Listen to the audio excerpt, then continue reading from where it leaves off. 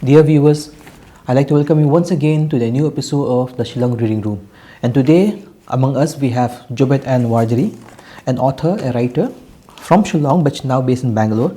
And before I talk to her, I'd like to introduce her. This is from her own bio from her own book. This is the book we're going to talk about, Greatest Stories from the Northeast Ever Told. So Jobeth Ann Warjri is a writer, teacher and researcher from Laikor, Meghalaya. She's the winner of the Book Review Literary Trust Short Story Competition 2020. Her short stories have appeared in the anthologies, The Thief's Funeral and We Come From Mist, Writings from Meghalaya, and her poems have been published in Indian Literature, The Sunflower Collective, Yendai, among other magazines. She lives in Bengaluru, where she teaches writing at Vidyashilp University. So, Jobeth, thank you so much for coming here today to be in our program. And I'd like to say that last time I had invited you for one program where you also again were a guest in that program. I was so much impressed by the knowledge you have about your subject, by the kind of dedication you have towards your work. So apart from the bio that I have actually read from the book, is there anything more you can tell us about yourself and your journey as a writer? So thank you, Bhakto, for having me here. It is really a privilege to be able to come home and talk about the work that I do. As far as my writing journey goes, I've always wanted to become a writer. I think I was in school, I was in my third standard when I decided I wanted to be a writer. I did not know how to go about it other than just, writing plays for like school programs and things like that.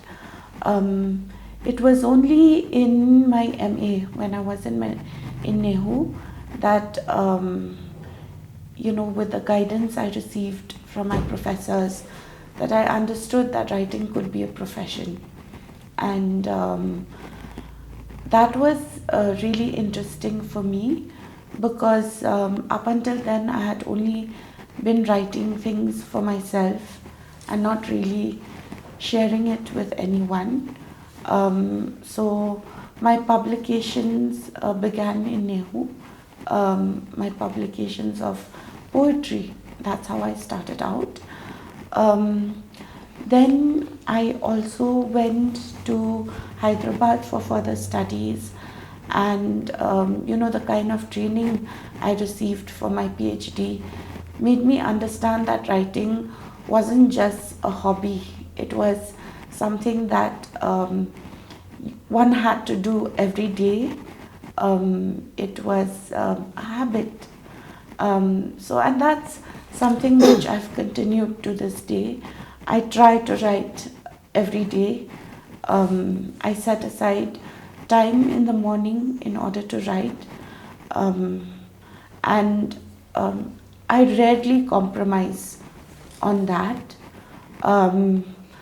With my background in research, there's also a lot of research that goes into the kind of magazines that I would like to see my work published in, and editing my work based on what kind of magazine also might accept the work. Since my days beginning as a poetry writer, I've also now started writing short stories. I do a little bit of academic writing as well. So that's how it's been. Because when you talked about your routine, I find it very interesting because sometimes what happens, people think you write because you feel something, you are emotional about it, right? You want to share with the world.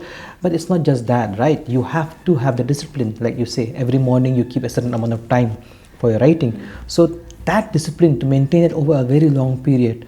So what kind of motivations do you have, or what kind of, let's say, like ideas that, for example, let's say I want to write because, let's say for me personally, I want to annoy people, for the example, right? But when you write and you have the drive to do it every day, what motivates you? Apart from, okay, I want to be a writer, but is it something more than that?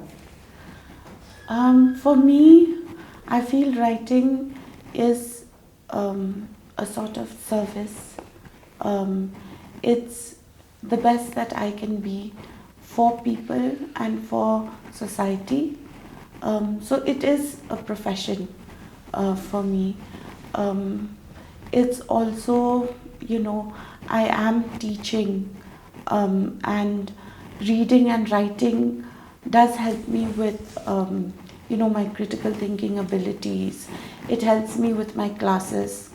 And if you are an academic, it's just a basic requirement to write, right? And I guess for me especially, I'm very grateful, that my profession as an academic is also in line with my profession as a writer. And not many people I know have that. So what keeps me motivated? Yes, I do think that writing has a lot to offer to the society. A writer has a lot to offer in terms of providing a critical lens to certain things. But writing is also a lot of work. Yeah. I think you wouldn't tell a carpenter to stop making chairs and tables. You wouldn't tell a businessman to not open his shops. The same thing goes for writing. It is an everyday engagement, no matter how you're feeling. Like you might have an off day, but you have to keep at it. I think what you're saying is so important because this is also for the upcoming writers, right? People who want to make the career in academics, not academic, let's say in writing, in literature, okay, that you have to work every day. It's not just one-off time, you have to work every day to improve yourselves. And now coming to that, because now about this book, because this is not your first book, I know that you also had this book, like I read from your bio, because I read your story, one of the story in, I come from Miss Writer from Meghalaya. You were one of the authors there, but here this is the book edited by you. Yes. So it's a very big responsibility that you have taken. So how did the idea of having a book like this came about? So the anthology, actually, the publishers reached out to me, and I didn't ask them why, because I was just excited that I was able to do this project and have a region that is misunderstood away from home. A lot of people misunderstand what the Northeast is, and to be able to work on something like this was really nice. I was terrified because I think with something like this there are so many aspects to the Northeast that what are you going to show and what are you going to represent, right? So that was there.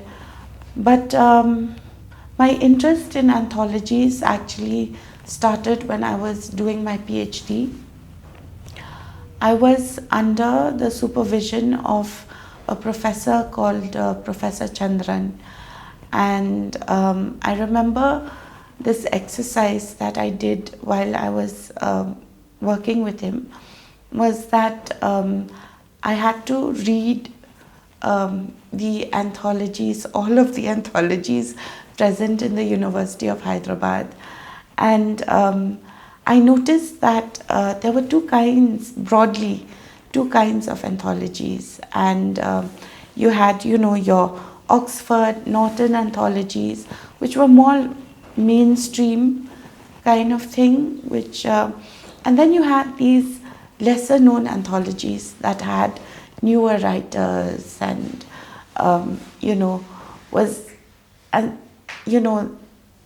the representation was also more varied.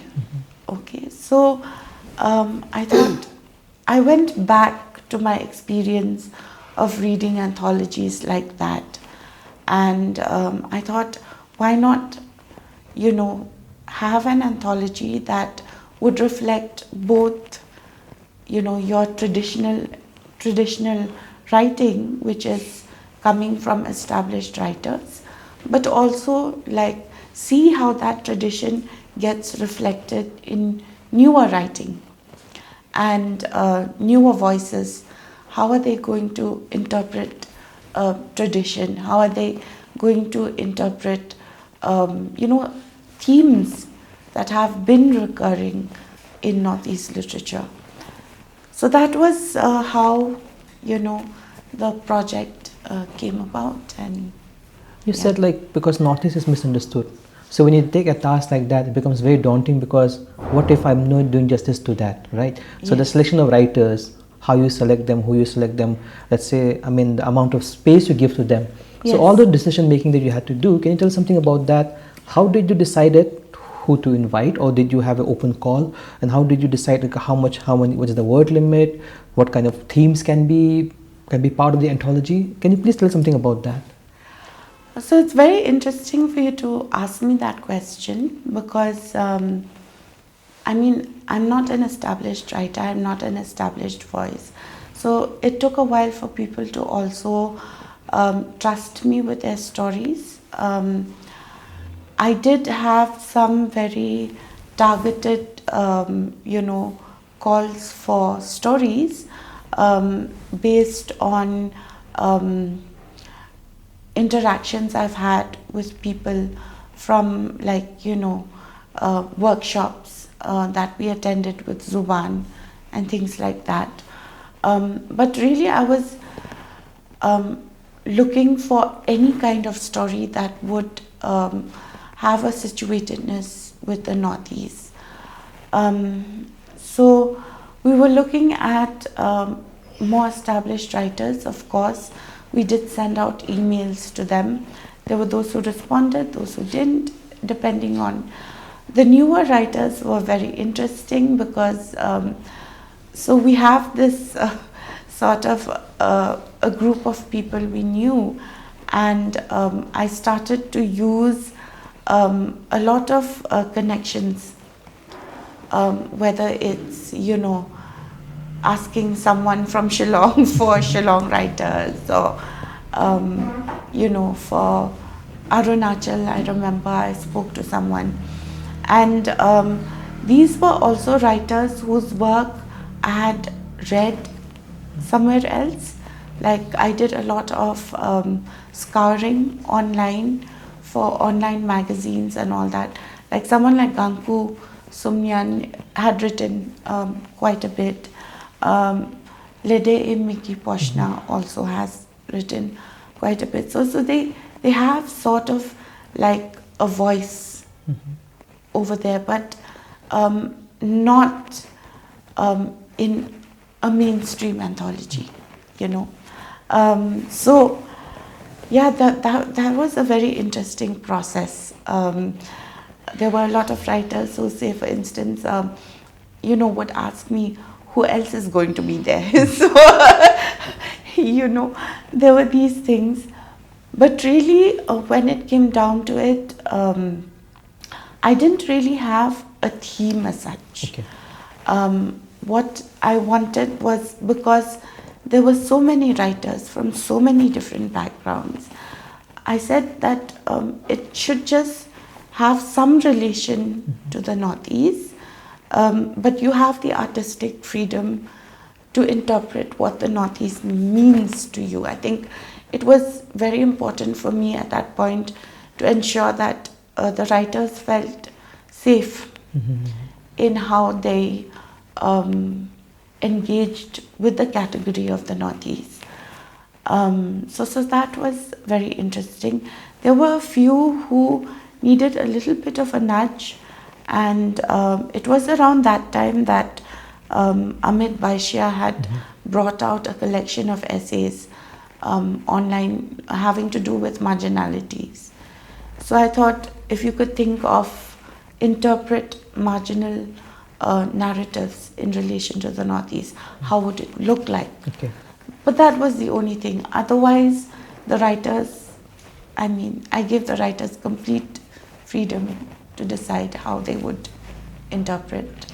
Yeah. But then there were so many writers, because when I saw and I read the book, I see the themes are very varied. Yes. Like you said, there was no single theme, but of course there are some core, let's say I can identify 2 or 3, but it is not, it's accidental, right? Because it just came out the process because people were being creative about it. Right? Now, the thing about but you must have also rejected some writing. Yes. So when you rejected them, why? And what did you tell to the authors whom you rejected, why you can't accept them? Um, Actually, this is a very interesting um, part of anthology making. I think dealing with the rejections. The rejections were never straightforward. I think there was especially one writing from a newer writer which started off really like it wasn't very bad, but it was a story that could be worked on. However, when we started to talk about the edits and things like that, it was met with a lot of resistance, you know, and it ended up becoming one of the like there was no improvement from what it was previously, so it ended up becoming one of the weaker pieces in the anthology, because of which it was rejected. So I feel like when it comes to writing and when it comes to projects like this, a writer has to always be open to revisions. A writer has to always be open to rewriting. There's a writer in the anthology who actually because I've worked with them, and they actually rewrote. Okay. So we're not talking about just minor revisions here and there. This is an entire, in real time, rewriting entire stories in real time. So I feel like the future of writing belongs to people who can take such decisions and who are open to have their work criticized and, so they can improve. Yeah. So that is. I can understand, let's say, a young writer, okay, who wants to be published, not really pushing back too much because, okay, I need to be published. Yes. But did you have to reject the writing of someone established, and how did they take it? I think you did, right? Not really, actually, Okay. because there's a lot of. You don't have to tell me the person's name. We won't ask the name. Not really. In the editing phase, there were some stories where we had to, edit and things like that. We were close, but that didn't happen because we sort of managed to find, a way of working that suited both the writer and the publisher. So it was fine. I think the more established writers, when you think about it, are sort of more experienced, and they can deal with having, revisions of their works done as well. There was one writer who said, this story has been published in so many anthologies and in so many versions that, Yeah, exactly. So it's just a part of the process. Okay. Yeah. Because when you talk about revisions, right now in the book, the starting 3 stories from Assam, and they're all translated. Yes. So you have revisions, but translation is also kind of a revision, right? And then Yes. then you are then giving them some inputs of how you can make it better. So you keep changing. From the original. Yes. So how much the story changes in the process? How much the story becomes yours as an editor, or still remains the story of the person who first wrote it in their native tongue? So this is a very interesting process regarding translations. I don't know Assamese, of course, so I'm not very familiar with how the stories, but we worked very closely with the translator. The translators, there were certain things that were not clear to us as we were reading the stories, and we did ask for clarifications. and we felt that if those clarifications could be integrated into the stories, then that could be done. If not, if it would hamper the flow of the story, then we left those out for readers to decide, you know. There's also the idea of, you know, the very slight difference between translating and transliteration. Okay. Where transliteration, there was one translator who had, you know, wanted to retain the flavor of the story as it was originally written. And a lot of the words were transliterated instead of translated. Can you explain that? So when, you know, there's like a literal translation of the author's words. So when you're doing translation, you sort of also get to the meaning, what the language means, not so much the exact literal, translation. the exact translation of the words, right? So there was this give and take of how much of transliteration we need to do, but also how much translation would make it easier for the reader to understand what the story is. I think like Kanpam in that sense, in that story which is there, and I think Desmond to some extent, they did use Khasi words, right? Instead of like giving a translation of it, the transliteration just give the Khasi word as it is. So does that help, let's say, if for other, because I've not seen that for other writers, it's just for Khasi writers. Why is that? Was it a choice by them, or the others thought, okay, no, I'll get translation done? Actually, that's not just for Kanpam and Sir Desmond. There's also, I think, Aisuminam Yirang.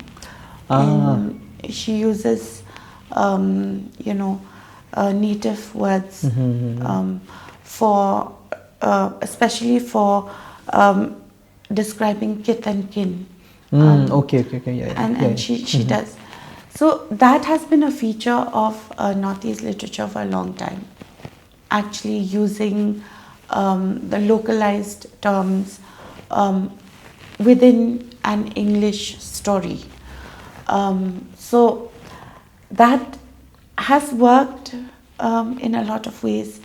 I actually enjoy reading stories like that, because then you sort of understand that the way English is used by us is in a way that we've sort of reclaimed that language for ourselves, right? We understand the rhythm of the language so well that we can afford to manipulate it by using local terms as well, and you know, making it work.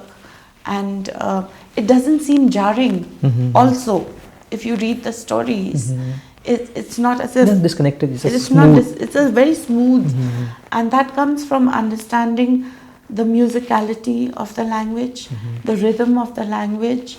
That also comes from understanding where the limits of a language is. You know, so that is a very beautiful way of writing English.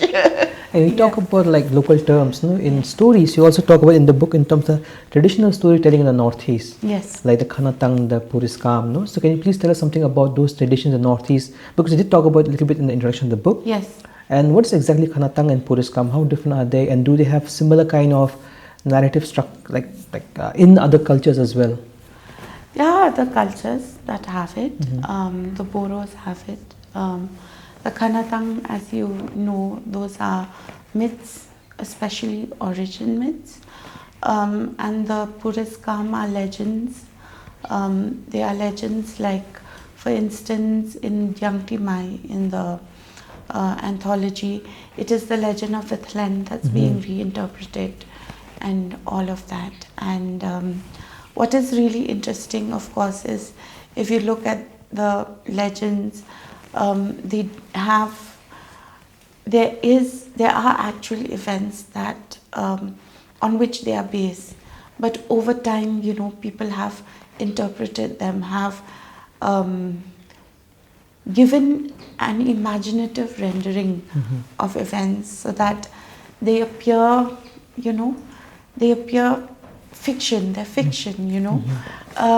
They appear as though they're fiction, they're fictionalized narratives, basically. So there are other cultures that have that. I think there was one story where Minute Teronpi talks about Yes. the Tuwae in her culture, and how that becomes a means of a mother comforting her children in a time of There was a conflict. Trouble, exactly. Yes. Yeah.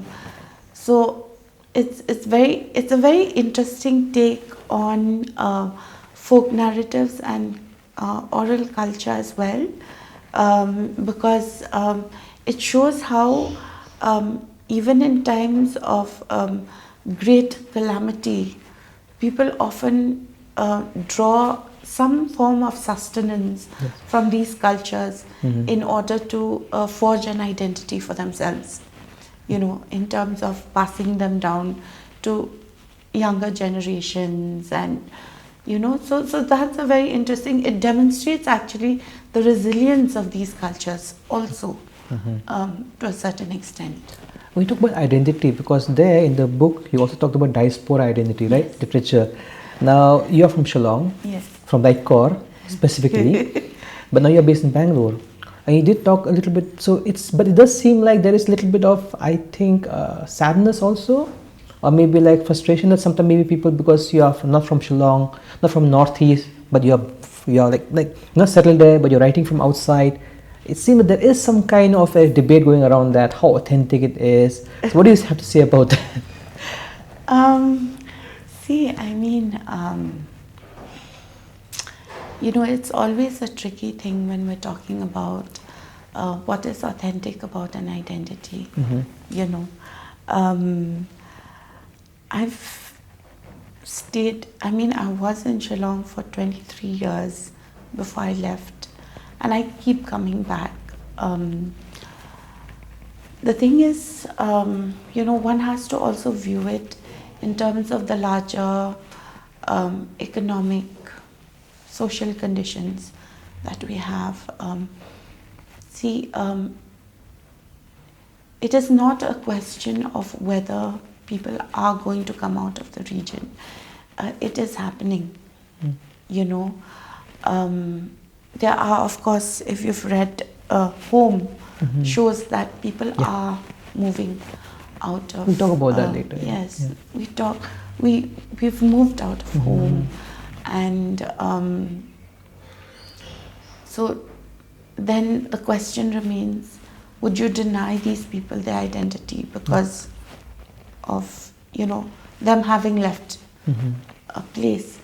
I think we also need to think more critically about terms like rootedness, which has been applied to the literature, because I feel like for those of us who have left home, what counts for us having come from here are shared values. There are values that we still practice away from our place of birth. There are, you know, home exists also as a memory, as language as well, you know. So it's not that just because you leave home doesn't mean you're lost, right? You retrieve your home through many other facets of life. Food is one thing, for instance, which people have really explored, you know, what food really means for a diasporic community and things like that. But there are also when we're talking about literature, we're also talking about the persistence of memory. We're also talking about our use of language, right? So home survives in these forms as well, and not just geographical entity. Because and I think about Meghalaya, especially for the Khasis, when we talk about this diaspora identity, look at some of the best work for me on non-fiction, let's say on the Khasis, PRT Gordon's The Khasis, done by an Englishman, right? Then you have this political economy of Meghalaya, let's say, done by Carl Sano Unruly Hills, a Swedish guy. Yeah. Then you have the anthropological work done by Philip Ramirez, a French guy. And these work, for me, I look at these work as seminal, right? Yes. So, and we take it and we use it from our purposes, right? So if we can take the word of these outsiders to say, talk about our people, why can't our people who may have moved out but come again and again not talk about it? So is there, do you think, is it, why do you think this decision is there? I don't know, I mean, for me, is it because it's non-fiction and it's fiction, or is there something else going on here? I mean, it's it would take like a really lengthy conversation to analyze facets of these things. I think we're more accepting of non-Northeasterners working in our region because we feel that, okay, they've done their due diligence and especially if they are white, yes, from the Western country, right? Yes. So I think, yeah, we're more accepting of them, but also I think I think it's very, in a certain sense, naive to think that literature is somehow free from ethnopolitics. I think when people, like, this is a question that I've been asked, which is, have you spoken to the elders? Are these stories authentic? I mean, that comes from somewhere as well, So for me, it is, people have this notion that somehow the literary arts coming from the Northeast are free of all these discourses of ethno-nationalism and things like that. But in asking such questions, you are, indirectly drawing from this kind of politics as well. So like I said, like things like rootedness, things, where do you place these concepts, right? Yeah, so that's what I feel like. I don't think literature is divorced necessarily from... it's always political. It is political. It is never a political. Yes. And coming back to the stories itself in the book, because one of the review I read, which you shared on LinkedIn, I read about that, they were saying that your stories seems to be loosely arranged, in the sense like, there's one story which is about, let's say, mothers losing her child. Then suddenly another story is about, let's say, it's a certain caste system which is there in the society. And another story is about, let's say, something else, right? So it seems like the stories do not have a consistent theme, let's say, for some time, but it just breaks in between. So would you agree to that kind of, let's say, review of your work? Or you would say, no, this was exactly what I wanted to do? Actually, the way the stories were arranged, it was, so as you know, it's part of a series, right? The greatest stories ever told by Aleph. And the other books also followed an arrangement where, the writer's birth year. So that was how they were arranged. So this whole thing of, the oldest writer came first. Okay.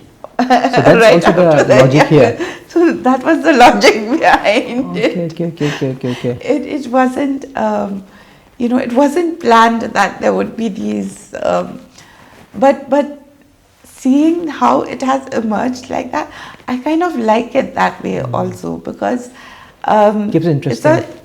it gives interesting breaks, but at the same time you have like the diversity in terms of representation, even in terms of storytelling, like how a story should be told. The diverse ways in which a story can be told is also represented quite well that way. I think the critique, like you've already answered, is because of the date of birth, right? Yeah. The oldest author, and then you go to the youngest. Yeah. Because the opening story of a mother losing her child and Yes. coming to terms with it was very powerful. I thank you for that. I really loved that story. And I was thinking, like, why did Jobeth choose the story to be the opening part? I thought you had deliberately decided, okay. But now that I know, it was like very lucky coincidence. But thank you for that story, because some of the stories are really good. I really love that story. Yes, thank you. That story, again touching upon the idea of the diaspora, something, you have a sense of it starting immediately from there, actually. What it means, these are not people, these are people who have just come to a place to eke out a living in very harsh conditions. Yeah. And that's true for a lot of people who move out of home, So that story was especially hard-hitting for that reason. And you talk about home, because there's a story about Ramzova Chokchak, right? Yes. It's about this Khasi man who's working in Bangalore, I think. Rajasthan, and then COVID happened. Yeah. And then he had to be one of those people who had to walk back and try to get back to his contacts.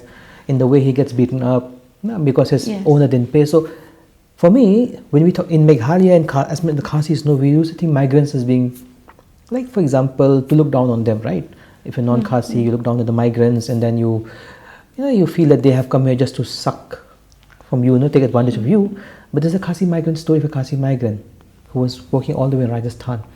So that story for me, I think it just opened a different perspective, right? And the selection of the story was so interesting for me, because that's a perspective we don't really see. We don't really, I don't really hear much about it. Like, we also are migrants who go out, and we also can get harassed and beaten up, like we do it here. Yes. So, what do you think about that story, and how did you select that story? I think Ramzava had given me that story, and that was the only story he had given, and I thought I cannot but include it in the anthology, because it's a very powerful story on what the migrant experience is. Of course, like you have a lot of people who have written about it also, like Dolly Kikon in Leaving the Land. She talks about people from the Northeast who've left home and who face all these struggles. And what I think most people don't understand about the migrant experience is that it is a struggle. It's better for those who have money, slightly better, but for a lot of migrant workers, there's really no safety net.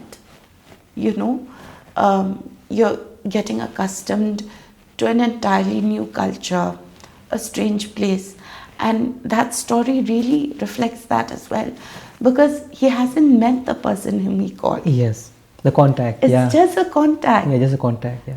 So you're trusting people whom you've never even met your entire life, and it could go wrong in so many ways. As he also finds out, right?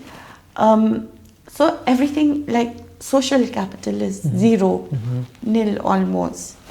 And you're dealing with, you have to fight for everything from from like just getting paid for your work to healthcare even, right? Which most of us, of course, take for granted, So I really feel that when it comes to, talking about migrant workers in our place itself, you have to understand that they're already placed at such a great disadvantage that you can't fault them for wanting a better life. Everyone wants that. The same is true for our people as well. We don't leave. Leaving home is not a decision you make on the spur of the moment, right? Primarily because the place you move to is not a very congenial place, So I think some empathy towards understanding why people leave home and how they should be treated where they are. Yeah. So a little bit of that would be nice, I think. Also because you talk about marginality of all it, right? So in that sense, when you talk about marginal voices, because the voice of a migrant laborer is a marginal voice. You also have queer voices as well, right? In your book, you have 3 stories about that. I love all of them. So was that a conscious decision to make sure that you also include queer stories out in the book? This is a very funny question. It's kind of almost like, asking me if, are there women writers to include women perspectives? Yeah, I mean, there. Or like male writers for the male perspective. I think the queer community has always been part of our place. It's just never received a voice. Yeah. There's an anthology that has come out on queer narratives from Assam. I'm looking forward to reading that as well, but they've always been around, but what I like about these stories is that they go just beyond the queer identity or what people think queerness is, because at the end of the day, they are, human beings, right? They fall in love, they fall out of love, so it's nice to see that aspect of the queer experience. It's not just about sexuality. Yeah. I think when you talked about in terms of why should we include women writers, just have women voices, I understand that because it's like saying you only respect me, appreciate me, or allow me to express myself because I belong to identity. But what about my own writing, the depth of my writing, the quality of it, right? It should be about me, not about my identity, right? Of course it comes from there, but it's also about self-esteem, right? It's like you just not what your identity is, you're more than that. No? Yes, of course. And I think what I really like about this story, the stories in this anthology, it's something which someone else has told me, is that they go beyond the representational aspects as well. They stand on their own as stories. So that is an achievement. Really, and that is really nice to hear. That we can move forward from certain narratives about the Northeast being in a certain way to charting new directions for what place can be. Although I would say that there is also a little bit of stereotyping that I saw here, in my opinion. Okay. I think there were 2 Meitei stories, Manipuri stories, and both about conflict. So I just thought, why does it have to be Meitei stories about conflict? Can't it be about something else? That's very interesting for you to say, actually. Yes.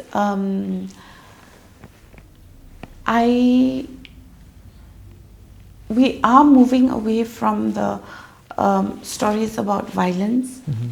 There is a conscious effort to do that as well.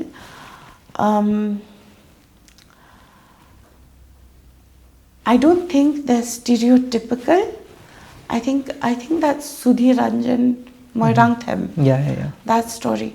So when that story was written, it had come also from a certain tradition, literary tradition, because when you had a canon of the Northeast short story coming out, you did have a lot of stories that were focused on violence. Now, of course, we know that a lot of it is exaggerated, because like states like Maharashtra, I think, have higher rates of communal violence than we do, right? I think North India has higher rate of gun death than we do. Yeah, like UP, Madhya Pradesh. Yeah. So this thing about violence has been largely exaggerated, but I still think that it also reflects a certain part of our history that we cannot really ignore as well. So just being truthful about it. Yeah, I think, and Manipur, of course, is still coming out of what had happened. So it's really it's also a lived reality for a lot of people. It might not be a lived reality for you or I, but it is a lived reality for someone. So that's how those stories came about. I think we're coming now almost to the end of the program. But one question that I would like to ask, because when I read the title, The Greatest Stories from the Northeast Ever Told, and I think someone also told me it's very pretentious, the title. Why is the greatest stories, where there were no stories before that who were great? Or I don't know, like, what do you think about the title? Some people have said, okay, why greatest? So the story, the anthology came out as a series. So one part of, all the other anthologies were the greatest stories from Assamese stories, Bengali stories or whatever. So this one also sort of had to follow that trajectory.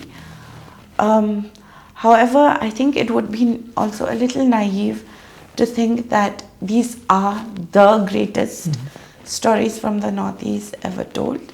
I think they're great in their own way for the time in which they had come out. I feel that there were a lot of chances in earlier anthologies to include writers who were emerging as well, and none of the anthologies did that. So I feel that way in charting a new direction for how anthologies could look like. That would it would be nice, like a great thing, yeah. And I think I agree with that, because how long, the more established writers, scholars should help the upcoming one, the emerging one, right? Because they're already established, right? And they should support them. And something like this, the book that you have, because I saw some writers, I had never heard about them. Some new ones are there, so it was very good to see some new writers out here. And of course, you also are young, you are working very hard, trying to produce a lot of work. So in that way, getting this book, this series by you is in a way also quite, I would say, good for the future, because a young person is coming up with this, the greatest stories from Northeast. So I hope that this can continue, and maybe I can ask you a last question. What is your plan for the future? Any other book coming up? And because I know that you have got a reprint of this book, it got for a reprint. Immediately, it did very, very well. So I am hoping you're getting many offers for more new books, I guess. Thank you. There's a book that I'm working on. It's a non-fiction book on the Northeast. I'm not really allowed to say too much about it, but it's still in the research phase. So it's quite vast. I'm working on that, and a novel that's gonna come out. I don't know when the writing happens, when the writing gets over. So these are the two things, main things I'm working on. Main things. So there are many other things happening. Yeah, like papers and like, you know, as I go along. Like there was an interesting project that I had worked on with Diaspora University as well, on gender and literature from the Northeast. So that was nice. So yeah, there are these smaller projects happening, but these are the two major things. Yeah. So thank you so much, Jobeth. Thank you for coming to our program. And dear viewer, this is the book. You can go and order it online. It's called The Greatest Stories from the Northeast Ever Told, Jobeth Ann Warjri. And I'd like to also thank Kong Farida for giving us this space. Shari Loom, this is a homestay in Mauro. Very beautiful space. You can come here, you can stay here. And it's a very nice ambience out here. And thank you, Jobeth. Thank you so much. Thank you. And I'm really hoping when you bring out your new book, maybe the novel and other things, we'll call you again. Thank you. Thank you. Thank you.